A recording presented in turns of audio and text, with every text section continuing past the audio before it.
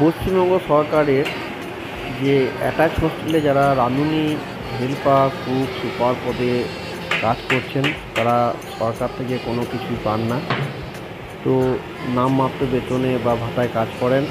আমরা বিজেপি সরকার আসার পরে বিষয়টি জগন্নাথ মহাশয়কে জানিয়েছি। উনি দ্রুত ব্যবস্থা নেবেন।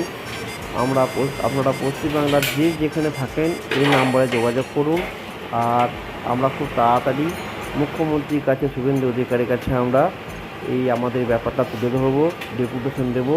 আপনারা যে যেখানে থাকেন আমাদের সঙ্গে যোগাযোগ করুন। রাঁধুনি, হেল্পার, সুপার যারা কাজ করেন, যারা সরকারি বেতন পান না, শুধুমাত্র অ্যাটাচ হোস্টেল স্টাফরা এই নম্বরে যোগাযোগ করুন। আমরা